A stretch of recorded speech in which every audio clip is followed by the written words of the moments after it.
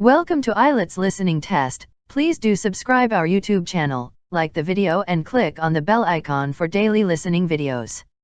Share your listening band score in the comments section below at the end of the test. Hi, good afternoon. Hi, welcome to the Carlton Hotel. How can I help you? We've just driven up from London and we're going to stay here in York for a few days. We'd like to book a couple of rooms. OK, sir. So for how many nights is that?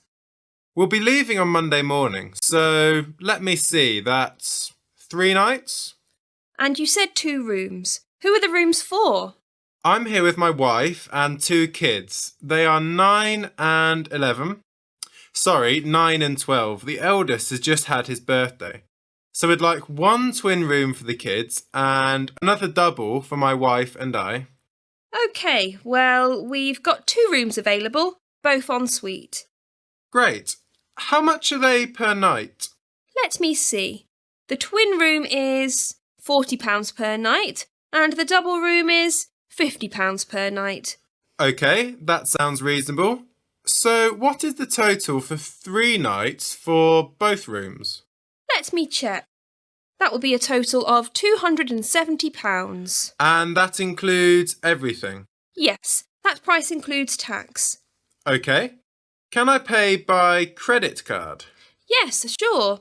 You'll need to pay for the first night now, and you can pay for the other nights when you leave. Or you can pay for all 3 nights now. I think I'll just pay for everything now, as we'll definitely be here till Monday. OK, that's fine. I'll just need to take some details from you to confirm the booking. Can you give me your full name? Yes, it's Michael Fernsby. That's Fernsby. And what's your date of birth, please? The 15th of October, 1968. The 5th of October, 1968? No, the 15th. Oh, OK, sorry. And can you give me your address? Sure, it's 273 Stanton Court. That's Stanton. London WC2D 5JB. WC2D 5JB? Yes, that's right. And your telephone number? My mobile number is... Hold on, just let me check. I can never remember it. Ah, here it is. It's 08773 879 456.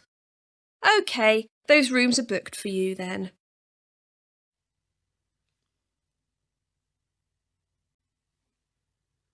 OK. I know we're a bit out of town here. Can you give me some information about getting into the centre of town? We'll probably head in tomorrow. Well, you could drive in, but the parking is not great in town. It's difficult to get a space and is quite expensive if you're staying there all day. Yes, we're thinking of going to look around some of the shops and to look at the wall around the city. So we'll probably be there most of the day. In that case, you're probably best taking a taxi or the bus. How much is a taxi? Into town it will be about £12. Actually, no, I'd say it's around £15. Fares have increased recently. We can book it here for you and it will pick you up outside. It only takes about 10 minutes. Right, I see. What about the bus? How much is that and where does it go from? It's only £2 per person. It's not far from here. You go out of here, turn right onto Oak Tree Avenue, and it's about a 5-minute walk down the road. You can't miss it. The bus ride is about 15 minutes. Oh, OK. Maybe we could do that. Or you could walk actually if you like walking. Part of the way you can walk through the nice park, which is fairly popular with visitors to York. It's about 30 minutes, but it's quite pleasant. Right, well there's a few options there. We'll have a think about it. I'll go and get my wife and kids. They're just waiting in the car. OK, no problem. Thanks for booking with us. You will hear a woman talking to a group of students about volunteering opportunities with her company, Time Abroad. First, you have some time to look at questions 11 to 14.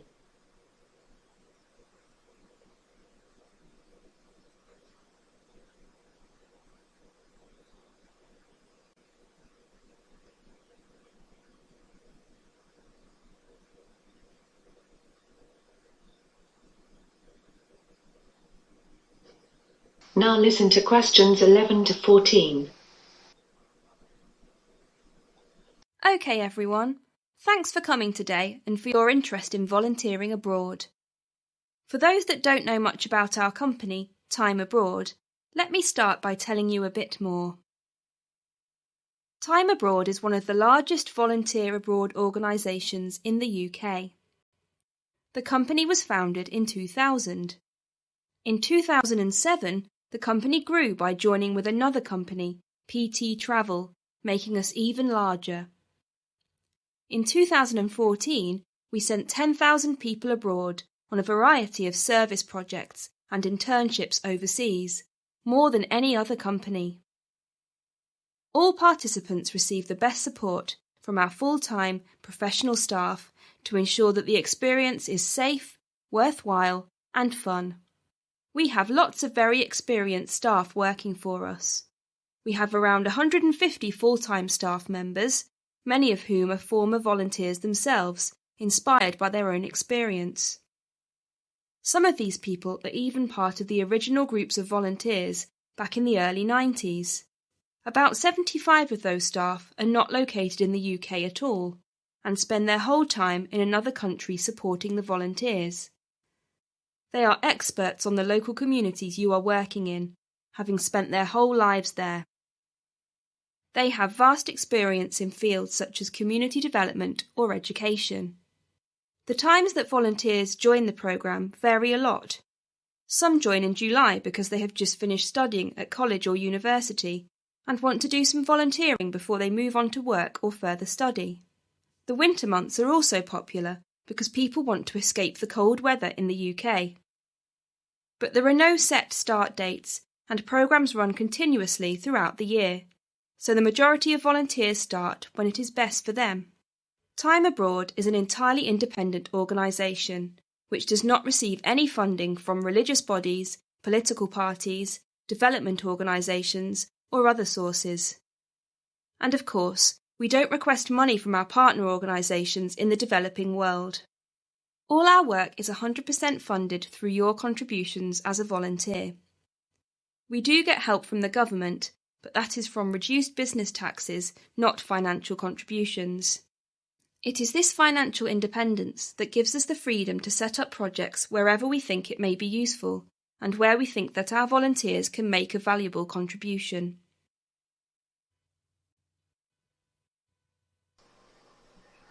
Before you listen to the rest of the talk, you have some time to look at questions 15 to 20.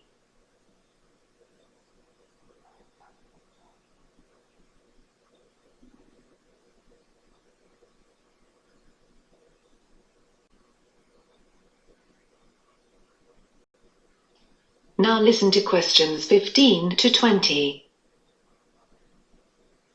Now I'm going to tell you about some of the more popular opportunities in a bit more detail.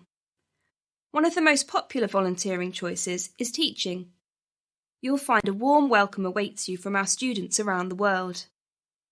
The main thing you will do is assisting with English conversation, because although the local teachers are very capable of teaching the structural aspects of the English language, such as the grammar, they do not use the correct intonation or pronunciation, because they lack the confidence of a native speaker.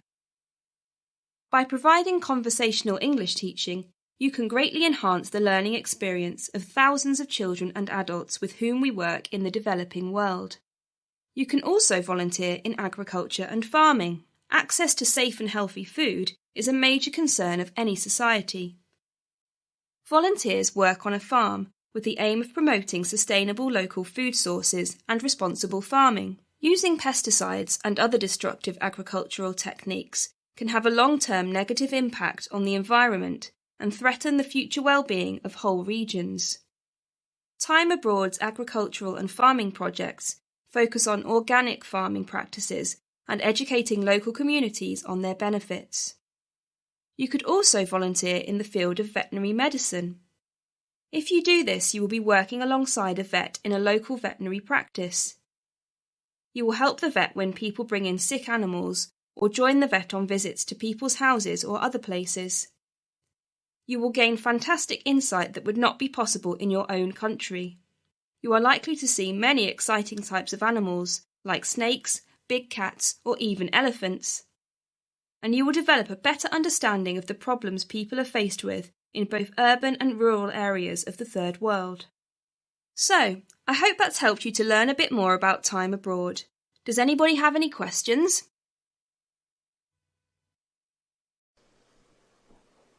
You will hear a woman inquiring about a media studies program. First, you have some time to look at questions 21 to 25.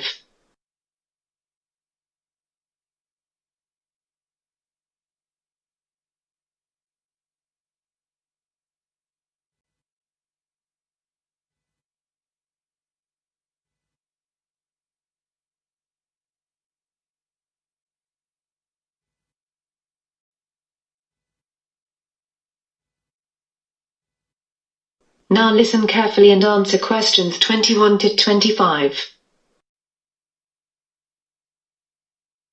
I'm looking for some advice about doing a master's degree in media studies. Am I at the right place? Yes, my name's Mark. I'm head of the Media Studies course. Nice to meet you. And you are? I'm Louise. Nice to meet you too. So how can I help you? Well, I've seen the prospectus for the course, but I'm still a bit confused about a few things and about some of the options for studying. What's your situation at the moment? Are you working? Yes, I've been working as a journalist for a local newspaper for the last 3 months. Prior to that, I had 2 jobs in the media, at a small local radio station for about 2 years and at a TV station for about 4 years. So I've worked in media for about 6 years in total. OK, well that's useful if you want to do the course. What's your motivation to do further study? I enjoy my job a lot at the moment, but I feel the opportunities for promotion are quite limited. It's not that I think a master's will help with this, though. I'll probably leave my job, maybe to go into TV or something, but basically I think wherever I end up going in the future, employers prefer to see someone with postgraduate qualifications these days. And are you intending to study full-time? Well, I'd really like to keep working as I need an income. What are the options for me if I want to work while studying? You could do certain modules over a number of years if you like. It's up to you how many you do. Basically, you get credits for the ones that you complete. People usually do the Masters in anything from 18 months up until 4 years. It depends on your time. If you wanted a fixed schedule and attendance and did it part-time, then that would be a total of 3 years. So what's the admission criteria to join the course? Well, there are a few things that are useful but not essential. But there are some requirements. Usually to join a Masters, people must have a bachelor's degree. But we are prepared to overlook this if someone has enough work experience. But you must have one or the other. It's useful if you have research experience, as you have to complete a thesis, but we can train you on this if not. It is essential that you have motivation if you want to join the course, as it is very demanding. Before you hear the rest of the conversation, you have some time to look at questions 26 to 30.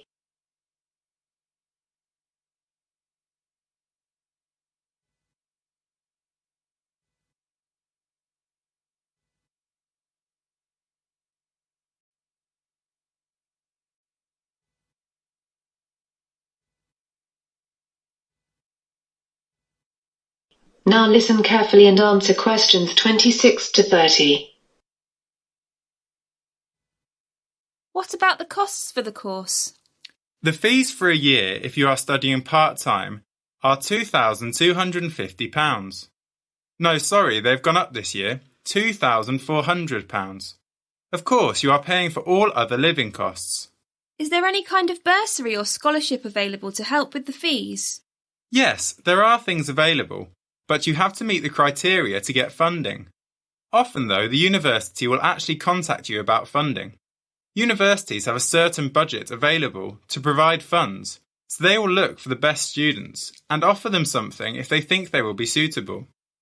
You would have to have a firm offer in place to join the course, though, before you'd be considered for any funding. Where can I go to find out more about it? The best place to look for information about funding is on our university website. All the details about whether you're eligible, what help is on offer, and how to apply will be there. If you can't find the information you're looking for, you can always come and speak to us again, and there will be a number you can ring. OK, thanks for that. And is it easy to get hold of you if I need to speak to you further? Yes, I'm here most days, but you can always phone the office first to check. It's best to book an appointment in case I'm not around. That is the end of section 3. You now have half a minute to check your answers. Section 4. You are going to hear a lecture about the history of Indian railways. First, you now have some time to look at questions 31 to 40.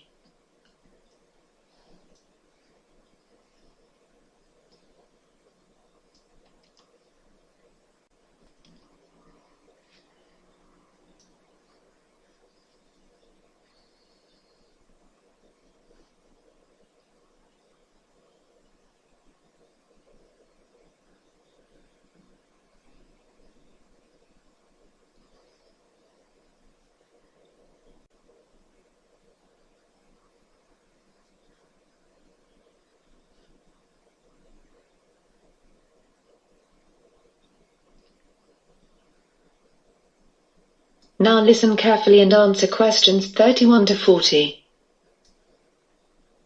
In today's lecture, we're going to be talking about the history of Indian railways, from when they began up until 1945, when they had all been taken over by the government.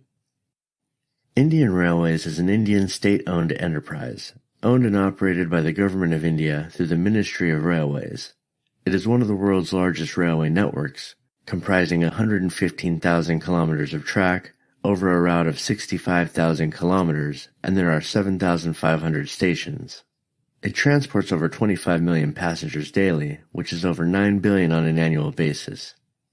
Indian Railways is the world's 9th largest commercial or utility employer by number of employees, with over 1.4 million employees. The history of rail transport in India began in the mid-19th century. The core of the pressure for building railways in India came from London. In 1848, there was not a single kilometer of railway line in India. A British engineer, Robert Maitland Brereton, was responsible for the expansion of the railways from 1857 onwards. The Allahabad-Jabalpur branch line of the East Indian Railway had been opened in June 1867. Brereton was responsible for linking this with the Great Indian Peninsula Railway, resulting in a combined network of 6,400 kilometers. Hence it became possible to travel directly from Bombay to Calcutta. This route was officially opened on the 7th of March in 1870, and it was part of the inspiration for French writer Jules Verne's book Around the World in 80 Days. At the opening ceremony, the Viceroy Lord Mayo concluded that if possible, at the earliest possible moment, the whole country should be covered with a network of lines in a uniform system. By 1875, about £95 million were invested by British companies in Indian Railways. By 1880, the network had a route mileage of about 14,500 kilometers, mostly radiating inwards from the 3 major port cities of Bombay, Madras, and Calcutta. By 1895, India had started building its own locomotives, and in 1896 sent engineers and locomotives to help build the Uganda railways. In 1900, the Great Indian Peninsula Railway became a government-owned company. The network spread to the modern-day states of Assam, Rajasthan, and Andhra Pradesh, and soon various autonomous kingdoms began to have their own rail systems. In 1905, an early railway board was constituted, but the powers were formally vested under Lord Curzon, the then Viceroy of India. It served under the Department of Commerce and Industry, and had a government railway official serving as chairman, a railway manager from England, and an agent of one of the company railways as the other 2 members. For the first time in its history, the railways began to make a profit. In 1907, almost all the rail companies were taken over by the government. The following year, the first electric locomotive made its appearance, and with the arrival of World War I, the railways were used to meet the needs of the British outside India, but with the end of the war, the railways were in a state of disrepair and collapse. In 1920, with the network having expanded to 61,220 kilometers, a need for central management was mooted by Sir William Ackworth, a British railway economist. Based on the East India Railway Committee chaired by Ackworth, the government took over the management of the railways and detached the finances of the railways from the other government revenues. The period between 1920 and 1929 was a period of economic boom. There were 66,000 kilometers of railway lines serving the country. The railways represented a capital value of some 687 million sterling, and they carried over 620 million passengers and approximately 90 million tons of goods each year. Following the Great Depression, the railways suffered economically for the next 8 years, and the Second World War severely crippled the railways. Starting in 1939, about 40% of the rolling stock, including locomotives and coaches, was taken to the Middle East. The railway workshops were converted to ammunition workshops, and many railway tracks were dismantled to help the Allies in the war. By 1946, all rail systems had been taken over by the government. That is the end of section 4. You now have half a minute to check your answers.